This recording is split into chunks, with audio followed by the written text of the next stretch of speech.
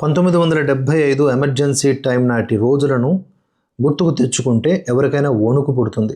ఎందుకంటే అంతటి నియంతృత్వం, అంతటి కర్కసత్వం, అలాంటి ఒక పాలనా కాలం భారతదేశంలో ఆఫ్టర్ బ్రిటిషర్స్ తర్వాత వస్తుందని ఎవరు ఊహించలేదు.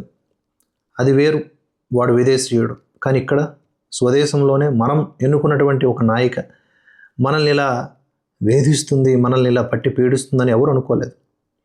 ఒక పీడ కల, ఒక చీకటి రోజులు. ఇప్పుడు ఈ మాటలు ఎందుకు చెప్తున్నానంటే, సువేందు అధికారి గారు వెస్ట్ బెంగాల్కి ముఖ్యమంత్రిగా అయిన తర్వాత కొన్ని కీలకమైన నిర్ణయాలు తీసుకుంటున్నారు.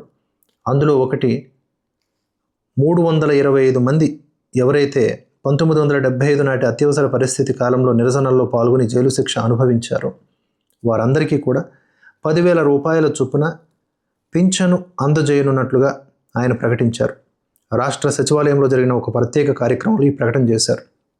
ప్రజాస్వామ్య పరిరక్షణ కోసం పోరాడి ఆ సమయంలో ఎమర్జెన్సీలో కారాగార వాసం అనుభవించిన వీరు ఎన్నో ఇబ్బందులు ఎదుర్కొన్నారని, వారి త్యాగాల పునాదుల మీదనే నూతన రాష్ట్ర ప్రభుత్వం ఏర్పడిందని ఆయన పేర్కొన్నారు.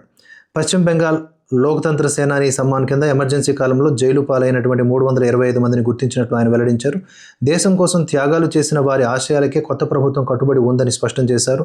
1975లో విధించినటువంటి ఎమర్జెన్సీని గుర్తు చేసుకుంటూ కేంద్రంలోని బీజేపీ ప్రభుత్వం ఏటా జూలై 25వ తేదీని సంవిధాన్ హత్య దివస్గా పాటిస్తోంది.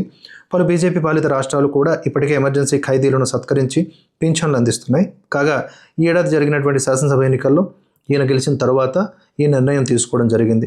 మరోవైపు క్విట్ ఇండియా ఉద్యమం 84వ వార్షికోత్సవం సందర్భంగా సువేందు అధికారి స్వాతంత్ర సమరయోధులకు ఘన నివాళులర్పించారు.